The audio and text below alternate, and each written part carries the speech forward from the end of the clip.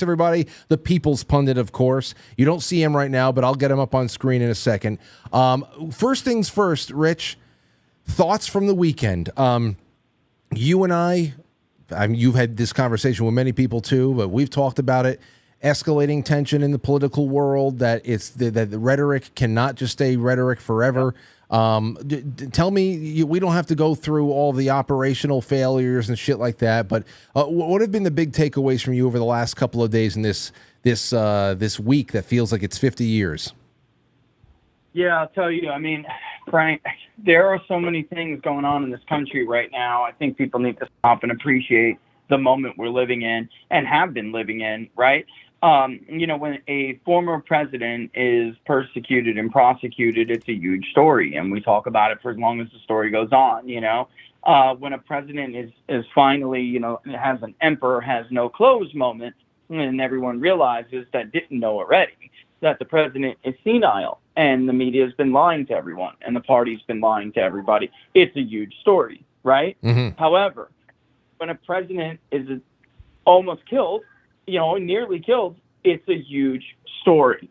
And all of these things are happening at once. It's insane. I think people need to just take a second to appreciate that, and realize how big these stories are. Enormous. I'm glad you said that, especially when it comes to the because I don't know. I think the biggest thing that I've taken away after only a little bit amount of time that has gone by, you realize what the hell has just really happened and how big the conspiracy might have been, crossing parties, bureaucracy, everything. But Frank, come on. There's no way this happened because of incompetence. No. Can we drop the act? Can we absolutely drop the act? There is, I can't believe people are even pretending this is possible. That line of sight on that building, they weld manhole covers shut when the president's motorcade comes down a road. They remove ladders to buildings when a president is speaking in the vicinity.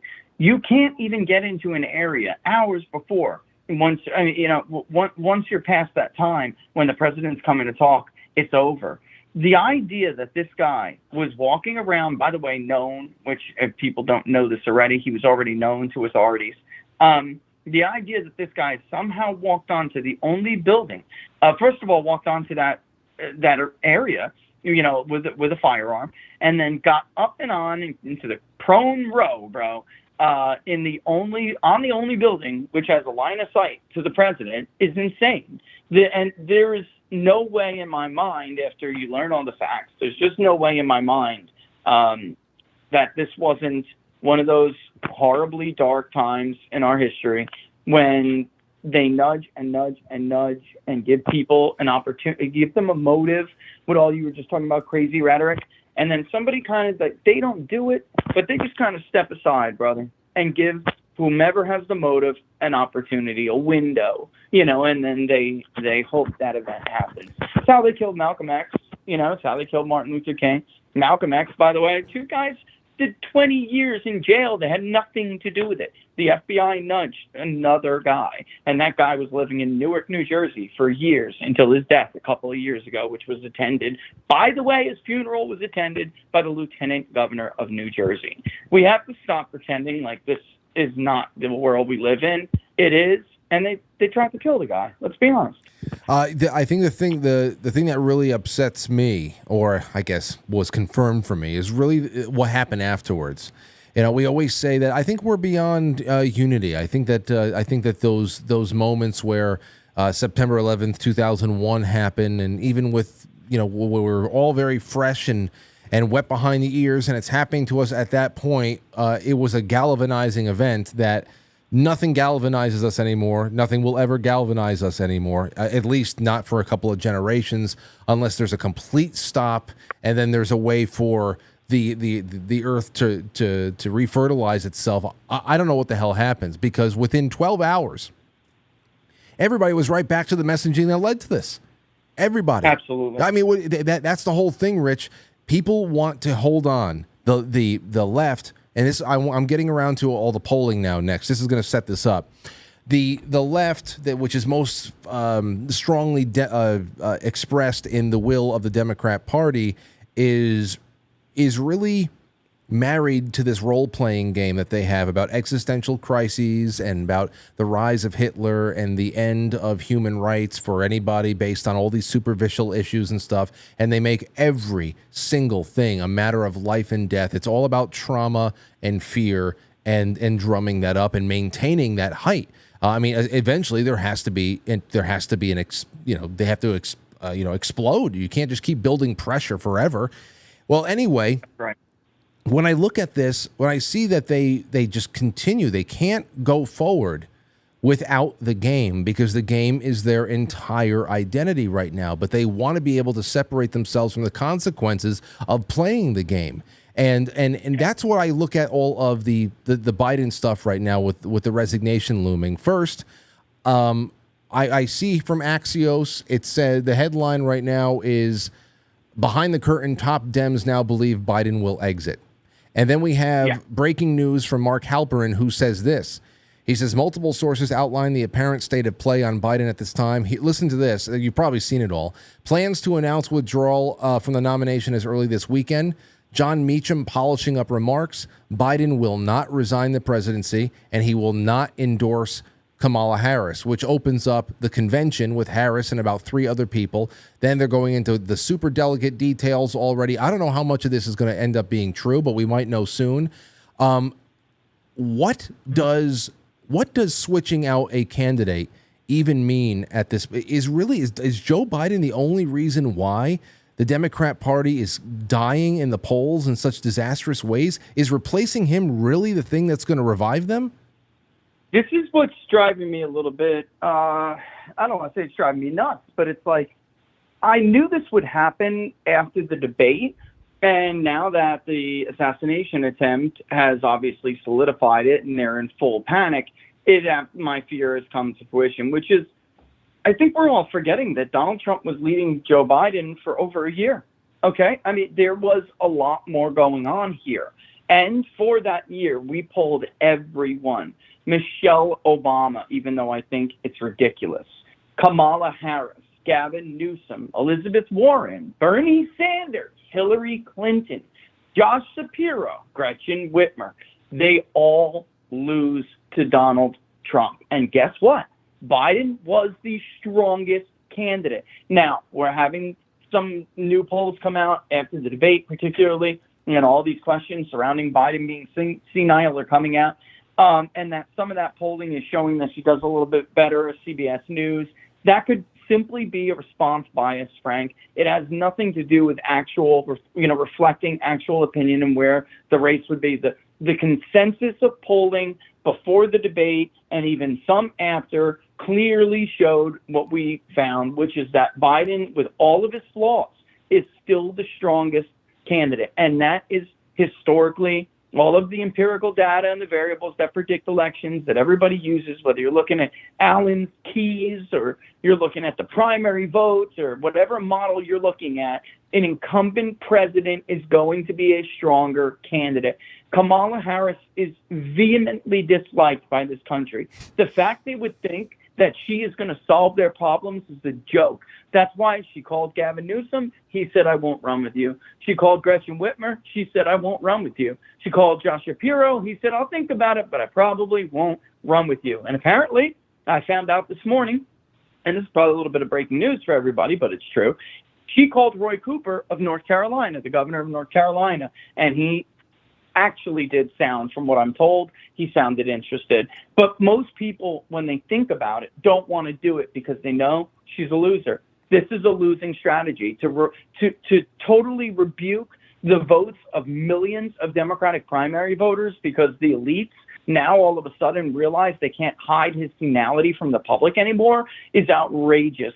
And there was a reason why Donald Trump was leading for this long anyway, long before the debate. It's because the Democratic policy is hurting people. It's hurting their pockets.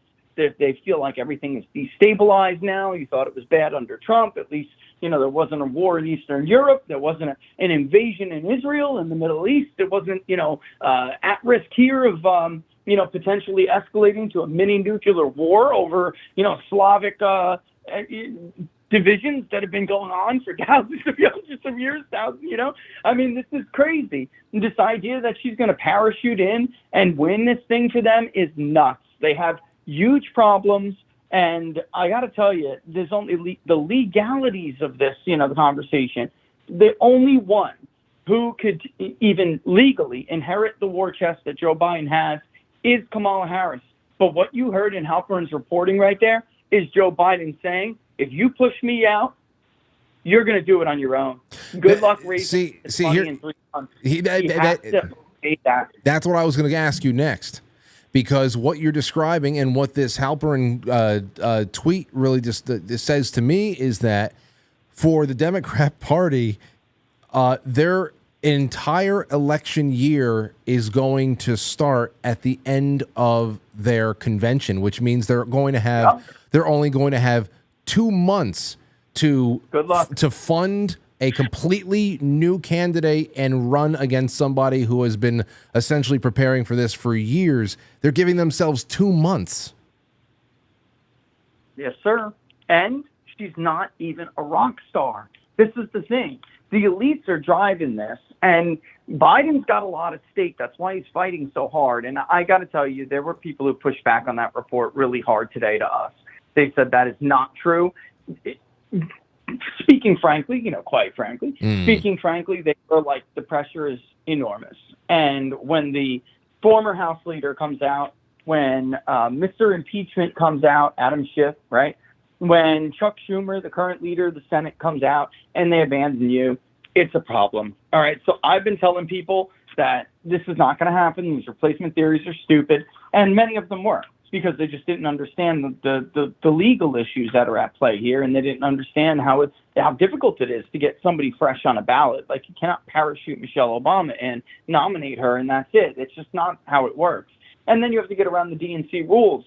The super delegates can't vote in round one. Well, then whom are the delegates who were bound to the state votes going to vote for, Frank? They have rules that can't vote for anybody but Biden in the first 2 ballots. So it's like just a total shit show, man. Yeah. And all for who? A loser. She's a loser. She's going to get crushed. Nobody likes her. She's got her little time of the honeymoons, being on Nickelodeon are over. Everyone can't stand her guts. She's one of the most unpopular political figures in the country. And if they do nominate her, if they think for a second that she's going to get through this campaign without the world hearing about what a slut she was coming up through the ranks, she's got another thing coming. She's running against Donald Trump, bro. The words heels up Harris are going to be everywhere. But they're not thinking rational and logical because they're scared. They're panicked. So it's like, at this point, there really is no good decision for Democrats to make here. And if you think again, I'm telling you, people better start taking a second thought. Like, you're going to wish you had the senile old man back who's from, you're going to wish you had Scranton Joe Biden back, because when they're done with Kamala Harris, boy, she's going to get blown out. See, I didn't know that was really how hamstrung, how up against the wall they were as far as the polling goes. I didn't know that. Even as bad as he is physiologically and everything else, he really is the one that polls the highest in the entire camp? He does. Gavin Newsom is disliked in the Midwest. They think he's like they think he is what he is. A slimy little coastal elite, who has like plans for world domination kind of thing. Don't like him. And Kamala Harris, I don't know any other way to say this. It really is the only way I can say it. She's basically a younger, not white. She's obviously a younger, non-white version of Hillary Clinton. And people don't like her. They don't like her laugh. They don't like her fake impressions. They don't like her fake accents. They don't like her jokes. She's not funny. All right. She's not a likable person. Do you remember the Democratic primary, Frank? Yeah. She crashed and burned, bro. Crashed and burned. That's why. Still nobody has given me a good excuse as to why she was chosen to be the VP, especially because of how disliked. I mean, who cares? What? She, like the Secret Service, like the head of the Secret Service, is a freaking DEI hire. Let's get real. And by the way, she polls worse with black voters than Biden. And that's another thing I've heard from Democrats. They're like, maybe this can help right our shit with how much of the non-white vote Trump is winning. It's like, you in your mind, he still polls 7 points, 8 points better than Kamala Harris against Trump with black voters. Trump is winning even more black voters against Kamala Harris. Like, they live in a fantasy world, but again, they're panicked. Like, right? So they're holding on to that CBS News poll. Like, okay, we're down by 5 with Biden nationally, but we're only down by 3 with Harris. See, she does better. It's a response bias. It's just a handful of people who don't want to admit they're voting for a senile guy. That's it. It has, and give it 2 weeks to a month. It'll be right back. It'll be right back where it was before. You don't undo almost 2 years worth of a trend, over a simple event like that. Let me just give people a couple places, and you tell me whether or not you think Joe Biden or Kamala Harris will do a better job there, perform better. Are you ready? Mm-hmm. East County, Pennsylvania. Who's going to do better there? Scranton Joe Biden or cackling Kamala Harris? Okay? Heels up, cackling Kamala. Which one? Scranton Joe or heels up Harris? All right? Macomb County, Michigan. Detroit, baby, the suburbs. Who's going to do better there? Scranton Joe or cackling Kamala? We could go on and on. Juneau County, Wisconsin. All right? Miami-Dade, Florida. Maricopa, Arizona. This isn't even a freaking choice. He would do better because he still has that Uncle Joe facade, and it is a facade. It's bullshit. It's bullshit. But at least, he can pass it off. She is not that. She is a California wannabe elitist who became an elitist by, whatting her way up the ladder. Nobody's going to tolerate that. Like, they are really living, again, and she's accomplished absolutely nothing. Just speaking to somebody before, and I'm listening into the interview for a poll, and the person's like, what I find so astonishing about Kamala Harris? She's been the vice president for almost an entire presidential term. I don't know who the hell this woman is outside of a couple of clips that I didn't like. Like, she has done nothing. She has no experience. What makes them think she can do this job? Well, Rich, right? She didn't even do the job of vice president. That's what I'm saying. Just watching the pairing of these two for the last 4 years really has been nothing more to me than just seeing, hey, 2020 was at all costs.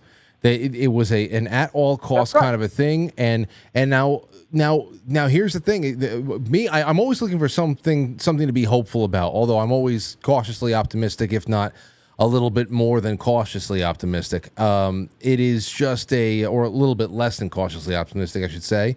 If they're polling this bad, I mean, in the run up to 2016, we were seeing Hillary Clinton with 92 to 95% chances of winning. That was being published out there. Yep.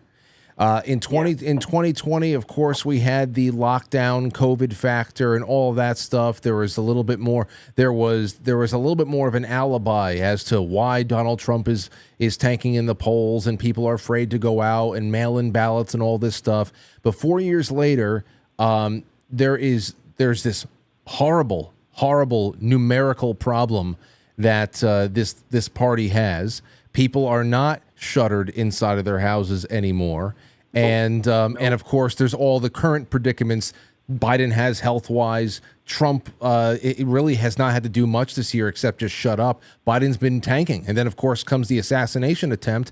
I mean, how do you even attempt to steal?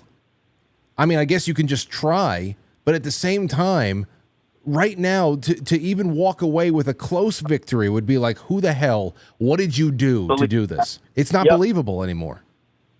And I'm so glad you said that, because that's how Joe Biden actually became president. He did not win the presidency on his own. He wasn't even getting past a single primary state, folks. It wasn't until Barack Obama made every phone call in the world to every person he needed to, from people who were running to people in media, because he didn't believe it would be believable for Bernie Sanders to win.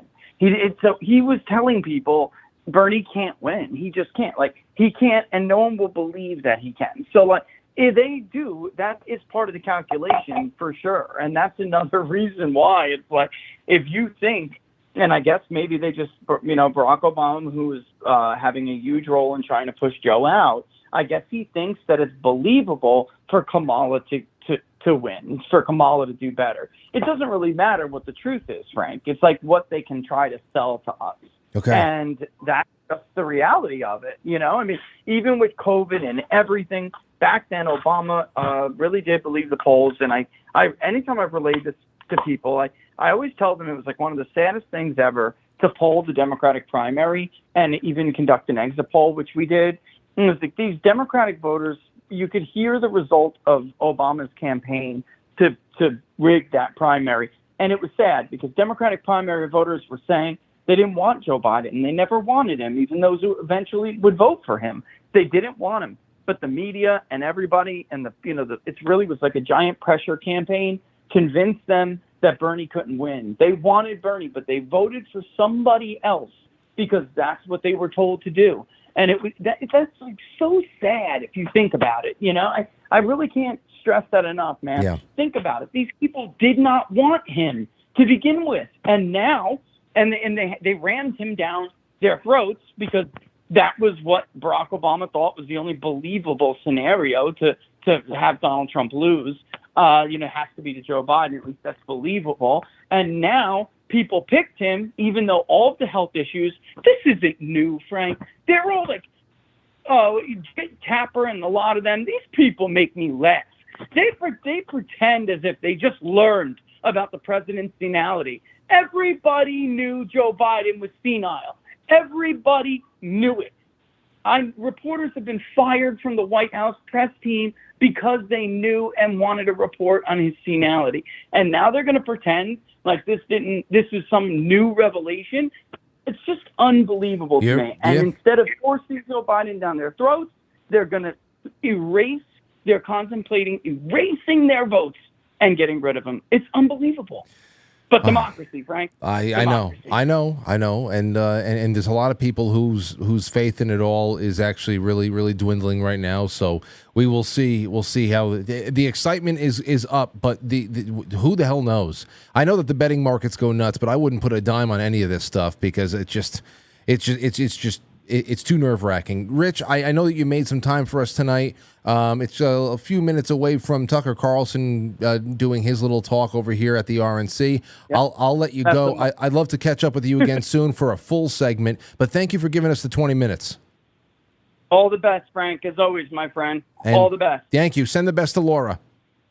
Will do. Right back to you and yours, brother. All right. Thanks for having me. Take care. There's Rich Baris, director at Big Data Poll. You can find him on his locals and YouTube and everything else. Got a wonderful there. That's his green. That's when he went on Fox, and the green screen glitched out and it turned him green. That's the Hulk Rich.